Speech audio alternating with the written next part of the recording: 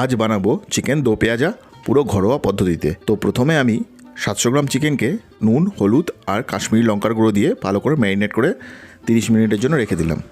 এরপরে সর্ষের তেল গরম করে ফোড়নে দেবো গোটা জিরে আর গোটা গরম মশলা।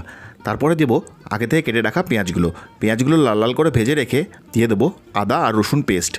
আদা রসুন পেস্ট দেওয়ার পর ভালো করে কষিয়ে নিয়ে দিয়ে দেবো টমেটো পিউরিট দেওয়ার পর আরও কিছুক্ষণ কষাবো। তারপর দিয়ে দেবো ধনের গুঁড়ো, জিরের গুঁড়ো, শুকনো লঙ্কার গুঁড়ো আর হলুদ গুঁড়ো দিয়ে আরও কিছুক্ষণ কষাবো। মশলার গন্ধ চলে গেলে দিয়ে দেবো স্বাদ অনুসারে লবণ আর চিনি দিয়ে আরও কিছুক্ষণ কষাবো। তারপরে একটা পেস্ট তৈরি করে নেবো কাজু বাদাম আর চালমগজ দিয়ে। এরপর পেস্টটা মশলায় দিয়ে দেবো। তারপরে আরও কিছুক্ষণ কষিয়ে যখন তেল বেরিয়ে যাবে মশলা থেকে, তখন দিয়ে দেবো আগে থেকে ম্যারিনেট করে রাখা মাংসটা দিয়ে 5 মিনিট কষাবো। এরপর ওপরে দিয়ে দেবো ফ্রেশ ক্রিম দিয়ে কিছুক্ষণ নাড়াচাড়া করবো আর মাংসটা সেদ্ধ হওয়ার জন্য 5 মিনিটের মতন ঢেকে রাখবো। এরপর একটা তড়কা তৈরি করে নেবো।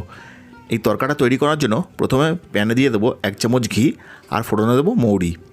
তারপরে দিয়ে দেবো আগে থেকে কেটে রাখা পেঁয়াজ আর টমেটোটা।